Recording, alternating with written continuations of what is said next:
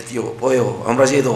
അവിടെ ചെന്ന സന്ദർഭത്തിൽ നിങ്ങൾ കഅബ കറങ്ങിയപ്പോൾ ഓർത്ത് കാണും, നിങ്ങളുടെ അനിഷേധ്യ, എൻ്റെ അനിഷേധ്യ, നിങ്ങളുടെ അനിഷേധ്യ നേതാവ് ആ കഅബത്തിന്റെ പരിസരത്തിൽ പണ്ട് കറങ്ങിയ കറക്കവും ആ കഅബത്തിൽ നമസ്കരിക്കാൻ വേണ്ടി പാടുപെട്ട കഷ്ടപ്പാടും, അവിടെ നമസ്കരിക്കാൻ രണ്ടരക്കാത്ത് നിസ്കരിക്കാൻ വരെ കൈ കെട്ടിക്കഴിഞ്ഞാൽ ശത്രുക്കൾ നിന്നിട്ട് കല്ലേറുകളോ അല്ലെങ്കിൽ അവഗണനകളോ അല്ലെങ്കിൽ ചീത്ത വീടുകളോ ഇതെല്ലാം ഏൽക്കേണ്ടി വന്നതായ ചുറ്റുപാട്.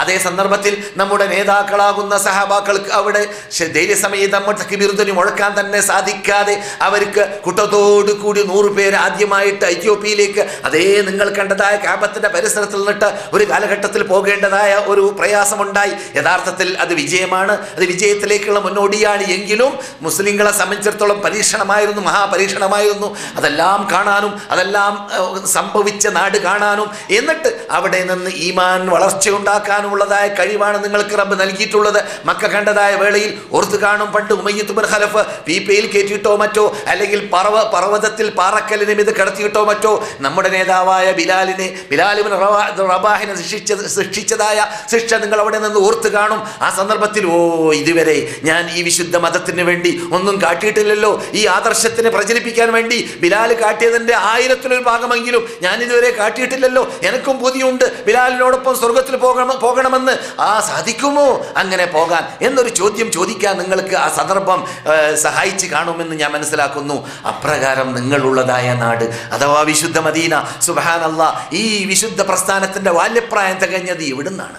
ഈ വിശുദ്ധ പ്രസ്ഥാനത്തിൻ്റെ ബാല്യപ്രായം തികഞ്ഞത് ഇവിടുന്നാണ്. ഈ ഖുർആൻ അതിന് തെളിവാണ്. നോക്കൂ, ഈ ഖുർആൻ്റെ അവസാന ഭാഗം, ഈ ഖുർആൻ്റെ അവസാന ഭാഗത്തിൽ 114 സൂക്തങ്ങൾ ആ സൂറത്തുകളെക്കുറിച്ച് ബഹുഭൂരിഭാഗം സൂറത്തുകളെക്കുറിച്ച് മക്കിയ എന്ന് എഴുതിയായിട്ട് കാണാം. അതിൽ മറ്റൊരു ഭാഗം അത് ചുരുക്കമാണ് ആപേക്ഷികമായിട്ട്, അത് മദനിയ എന്ന് പറയുന്നതായിട്ട് കാണാം. അപ്പോൾ ഏറ്റവും കൂടുതൽ സൂക്തങ്ങൾ 13 വർഷത്തിലൂടെ എണ്ണത്തിൽ അവിടെയാണ് ഇറങ്ങിയത്. എവിടെ? എൻ്റെ കൂടെ അല്ലേ? മക്കയിലാണ് ഇറങ്ങിയത്. അതേ സമയത്ത് എണ്ണത്തിൽ ചുരുക്കം മദീനയിലാണ് ഇറങ്ങിയതെങ്കിലും വണ്ണത്തിൽ വലുത് എവിടെയാണ് ഇറങ്ങിയത്? സൂറത്തുൽ ബഖറ, ആല ഇമ്രാൻ, സൂറത്തുൻ നിസാ പോലത്തെ വലിയ പട്ടികകൾ എവിടെയാണ് ഇറങ്ങിയത്? നിങ്ങളിരിക്കുന്ന നാട്ടിലാണ്. അപ്പോൾ ഈ മതത്തിൻ്റെ വല്യപ്രായം തികഞ്ഞത് ഇവിടെ വെച്ചിട്ടാണ്. അവിടെ നിർബന്ധമായിട്ട് നമസ്കാരം രാത്രിയിൽ നിർബന്ധമായെങ്കിലും അത് ഉദ്ഘാടനം ചെയ്യുന്നതും ആരംഭിക്കുന്നതും അതിൻ്റെ പരിപൂർണ്ണ രൂപങ്ങൾ ഉൾക്കൊള്ളുന്നതും എല്ലാം റസൂലുള്ളാഹി സ്വല്ലല്ലാഹു അലൈഹി വസല്ലം മദീനയിൽ വന്ന ശേഷം നമസ്കാരം, നോമ്പ്, സക്കാത്ത്, ഹജ്ജ് എല്ലാം ഇവിടെ നിന്നാണ്.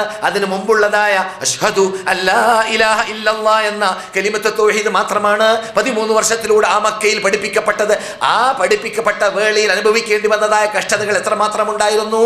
അവിടെ നിന്ന് ഒരു കൂട്ടം മുൻപന്മാര് എത്യോപ്യയിലേക്ക് പോകേണ്ടതായ ചുറ്റുപാട് വരെ ഉണ്ടായിരുന്നു. പിന്നെയോ അവരടക്കമുള്ളവര്, എല്ലാവരും അല്ല, അവരിൽ നിന്നിട്ടൊരു വിഭാഗം മടങ്ങി വന്നവരടക്കമുള്ളവര്, അവരിൽ നിന്നിട്ട് പലരും അവിടെ താമസിച്ചവരുണ്ട് കുറേ കാലം, 8 വർഷം വരെ. അവരിൽ നിന്നിട്ട് പലരും മടങ്ങി വന്നവരടക്കമുള്ളവർ എവിടേക്ക് വന്നു? പിന്നെ നബിയോടൊപ്പം ഈ നാട്ടിലേക്കും വന്നു. ഇങ്ങനെ നിങ്ങളൊന്ന് ഓർത്തു നോക്കുക, എന്താണ് ഏത് നാട് ഒഴിവാക്കുന്നു, ഏത് നാട്ടിലേക്ക് വരുന്നു? നിങ്ങൾ ജീവിക്കുന്ന കേരളത്തിലുള്ള മലപ്പുറക്കാരനാണെങ്കിൽ മലപ്പുറം, അല്ലെങ്കിൽ കാലിക്കറ്റ്, അല്ലെങ്കിൽ തിരുവനന്തപുരം, അല്ലെങ്കിൽ അവനവൻ്റെ ജീവിക്കുന്നതായ നാട്, അത് അവൻ ഉൾക്കൊള്ളുന്നതായ ഏതെങ്കിലും വിഷയത്തിന് വേണ്ടി, അവൻ്റെ ഒരു പ്രത്യേക ഭൗതിക നേട്ടങ്ങൾക്ക് വേണ്ടി അവന് നാട് വിടേണ്ടി വരുമെന്ന് കണ്ടാൽ കുട്ടികൾ, അവൻ്റെ വാപ്പയും വലിയാപ്പയും 10 തലമുറ വാപ്പമാരെല്ലാം താമസിച്ച ആ നാട് ഒഴിവാക്കിയിട്ട് വേറൊരു നാട്ടിലേക്ക് പോകേണ്ടി വരും. പ്രത്യേകിച്ച് ഭാഷ വരെ, ആ ഭാഷ അല്ലാത്ത നാട്ടിലേക്ക് പോകേണ്ടി വരും. മതം വരെ നമ്മുടെ മതമല്ലാത്ത മതമുള്ള നാട്ടിലേക്ക് പോകേണ്ടി വരും എന്നൊരു ചുറ്റുപാട് ഉണ്ടാവുകയാണെങ്കിൽ എന്തായിരിക്കും നമ്മുടെ സ്ഥിതി? നമ്മ അങ്ങനെ പരിശോധിക്കപ്പെട്ടിട്ടുണ്ടോ? നമുക്ക് അങ്ങനെയുള്ള പരീക്ഷണം നേരിടേണ്ടി വന്നിട്ടുണ്ടോ? നമ്മുടെ നേതാക്കൾക്ക് വന്നു. അതുകൊണ്ടാണ് ആ നേതാക്കൾ അല്ലാഹു സുബ്ഹാനഹു വ തആല അശിദ്ദാഉ അലൽ കുഫാരി റഹമാഉ ബൈനഹും തറാഹും റുക്അൻ സുജ്ജദാ, അവരേത് സമയത്തും അല്ലാഹുവിന് സ്തുതികീർത്തനങ്ങൾ അർപ്പിച്ചുകൊണ്ട്, തൗഹീദ് സ്ഥാപിച്ചുകൊണ്ട്, അഖീദ അംഗീകരിച്ചുകൊണ്ട് സുജൂദിലും റുക്ഉയിലും കഴിഞ്ഞുകൂടുന്നവരാണ്. അങ്ങനെയുള്ള ആ മഹാത്മാക്കൾ ഈ വിശുദ്ധ മദീനയിൽ താമസിച്ചതായ കാലഘട്ടത്തിൽ നാം ചർച്ച ചെയ്തുകൊണ്ടുവരുന്നതായ വിഷയമാകുന്ന ആദർശ ക്ലിയറിങ്ങിന് വേണ്ടിയിട്ട് അവർ കരളും കഴുത്തും മുറിച്ചു കൊടുത്തു. അവിടെ മക്കയിൽ യുദ്ധം ചെയ്യാൻ ഓർഡർ ഉണ്ടായിരുന്നില്ല. അർഖം ഇബ്നു അബുൽ അർഖമിന്റെ റൂമിൽ ഒളിച്ചിരുന്നു കൊണ്ട് പ്രബോധനം ചെയ്യേണ്ടി വന്നു കുറേ 2-3 വർഷങ്ങൾ. അതിനു മുമ്പ് തന്നെ ഇസ്ലാമിൽ മെമ്പർഷിപ്പ് നേടിയതായ നേതൃത്വങ്ങളെയും നാം കേട്ട് പഠിച്ചിട്ടുണ്ട്. മഹാനായ ജഅഫർ ഇബ്നു അബി താലിബ് റളിയല്ലാഹു തആല അൻഹു, അവരുടെ ഭാര്യ ആ സന്ദർഭത്തിൽ അസ്മാ ബിൻത് ഉമയ്യസ് റളിയല്ലാഹു തആല അൻഹുമാ എത്യോപ്യയിലേക്ക് ഹിജ്റ പോയതായ മഹാത്മാക്കളെ കുറിച്ച് പറയപ്പെടുന്നത് അർഖം ഇബ്നു അബിൽ അർഖമിന്റെ വീട്ടിൽ റസൂലുള്ളാഹി ഒളിച്ചുകൂടുന്നതിന് മുമ്പ് തന്നെ അവർ ഈ മതത്തിന്റെ മെമ്പർഷിപ്പ് നേടിയ മുൻപന്മാരിൽപ്പെട്ട ആളായിരുന്നു എന്നതാണ്. സുബ്ഹാനല്ലാഹ്.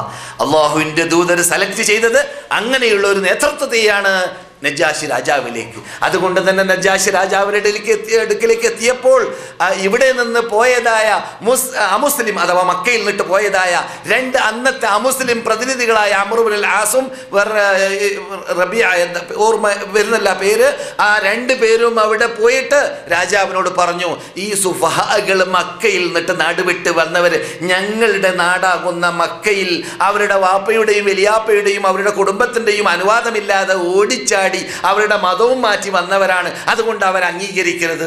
നിങ്ങളൊന്ന് ആലോചിച്ച് നോക്കൂ.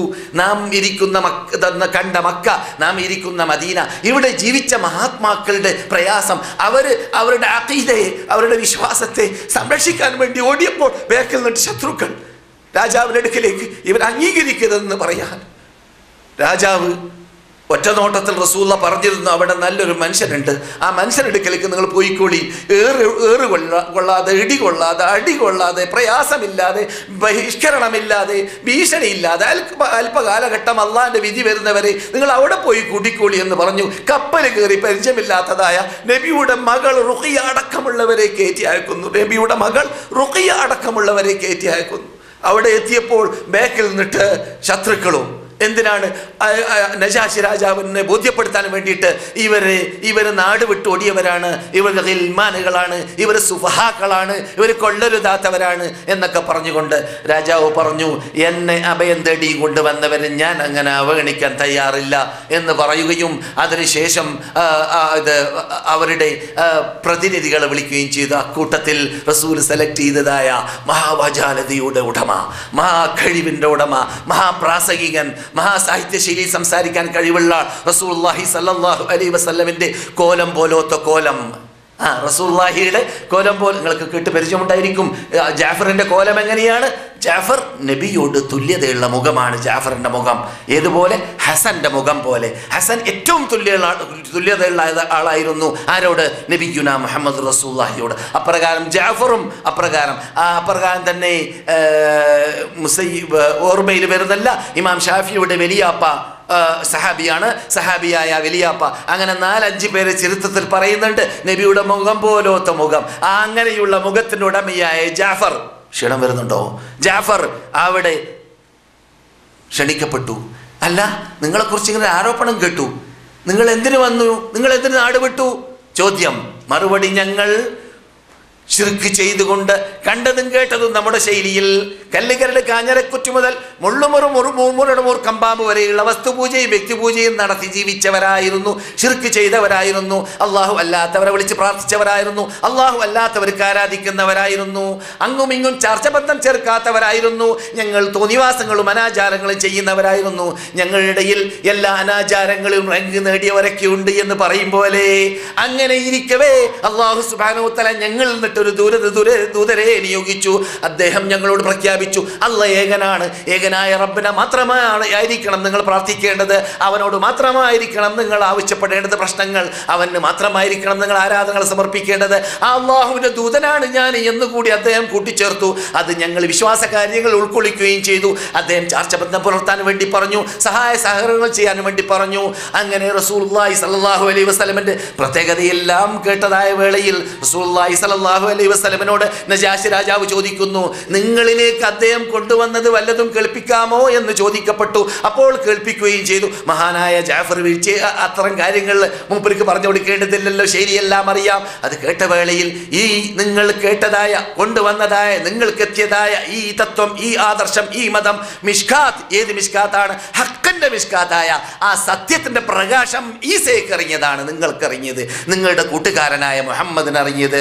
ഒരു സംശയം സംശയമേ ഇല്ല എന്ന് നജാശി പറയുകയുണ്ടായി.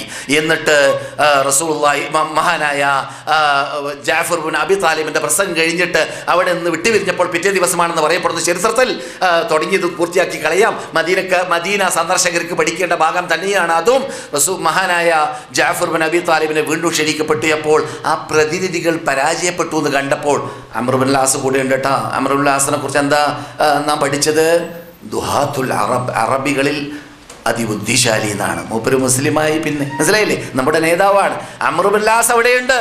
വീണ്ടും മൂപ്പര് ചെന്ന് പറഞ്ഞു, എന്ത് ആ സുഫഹാക്കൾ നിങ്ങളോട് പലതും പറഞ്ഞു കേൾപ്പിച്ചല്ലോ, സംഗതി അങ്ങനെയല്ല. നിങ്ങൾ വിശ്വസിക്കുന്ന ഈ ഈസയെ, യേശു ക്രിസ്തു അവർ പറയുന്ന ഈസയെ കുറിച്ച് മറിയമിനെ കുറിച്ചൊക്കെ തെറി പറയുന്നുണ്ട് അവരെന്ന്. അപ്പോഴാണ് മഹാനായ ജാഫർ അബി താലിബിനെ വീണ്ടും ക്ഷണിക്കപ്പെട്ടത്. അപ്പോൾ ജാഫർ അബി താലിബ് റളിയല്ലാഹു തആല അൻഹു എന്താണ് ഖുർആനിൽ അല്ലാഹു സുബ്ഹാനഹു വ തആല പറയുന്നത് മറിയമിനെ കുറിച്ച്, ഈസയെ കുറിച്ച് എന്ന് പറഞ്ഞു കൊടുത്തപ്പോൾ അതേ വാക്ക് മടക്കി പറഞ്ഞു. ഏത് മുമ്പ് പറഞ്ഞതുപോലെ ഈസയ്ക്ക് അറിഞ്ഞത് തന്നെയാണ് മുഹമ്മദിന് അറിഞ്ഞത് എന്ന് അദ്ദേഹം മടക്കി പറയുകയും എന്നിട്ട് അവരെ പുറത്താക്കാൻ പറയുന്നത്, പോയിക്കോളി എന്ന് പറഞ്ഞു. നിങ്ങളുടെ കൂടെ ഞങ്ങൾ അയക്കാൻ ഒരുക്കമില്ല. ആരെ? മുഹമ്മദ് എന്നെ അന്വേഷിച്ചുകൊണ്ട് അയച്ചതായ ആ മുസ്ലിങ്ങളെ ഞാൻ മടക്കിയാക്കാൻ തയ്യാറില്ല എന്ന് പറഞ്ഞു. എന്ന് മാത്രമല്ല അവർ ധാരാളം സ്വർണങ്ങളും അല്ലെങ്കിൽ അവരുടെ മക്കയിൽ സമർപ്പിക്കാൻ പറ്റുന്ന ഹദിയകളും രാജാവിന് സമർപ്പിച്ചിരുന്നു. രാജാവ് വിളിച്ചു പറഞ്ഞു സിൽബന്ദികളോട് അല്ലെങ്കിൽ അടിമകളോട് ആ ഹദിയകളൊക്കെ മടക്കി കൊടുത്തേക്ക്, നമുക്ക് വേണ്ട അവരുടെ ഹദിയ എന്ന് പറഞ്ഞു വരുന്നത്. നിങ്ങൾ നോക്കൂ, റസൂലുള്ളാഹി സ്വല്ലല്ലാഹു അലൈഹി വസല്ലമിൻ്റെ പരിസരത്തിൽ മക്കയിൽ ജീവിച്ചതായ വിഭാഗം നിങ്ങൾ കണ്ട മക്കയിൽ 10-13 വർഷം ജീവിച്ച വേളയിൽ അവർക്ക് അതിൻ്റെ ആദ്യ കാലഘട്ടങ്ങളിൽ അനുഭവിക്കേണ്ടി വന്ന കഷ്ടത എത്രമാത്രം ഉണ്ടായിരുന്നു എന്നത് ഒന്ന് ഓർക്കുമ്പോൾ നമുക്ക് ഉംറ ധൈര്യസമേതം ചെയ്യാനുള്ള ചുറ്റുപാട്, നമുക്ക് ഹജ്ജ് ധൈര്യസമേതം ചെയ്യാനുള്ള ചുറ്റുപാട്, ഇതൊക്കെ നൽകിയതായ റബ്ബുൽ ഇസ്സത്ത് ജല്ല ജലാലുഹു നൽകുമ്പോൾ ഏത് രൂപത്തിലാണ് നൽകിയത്?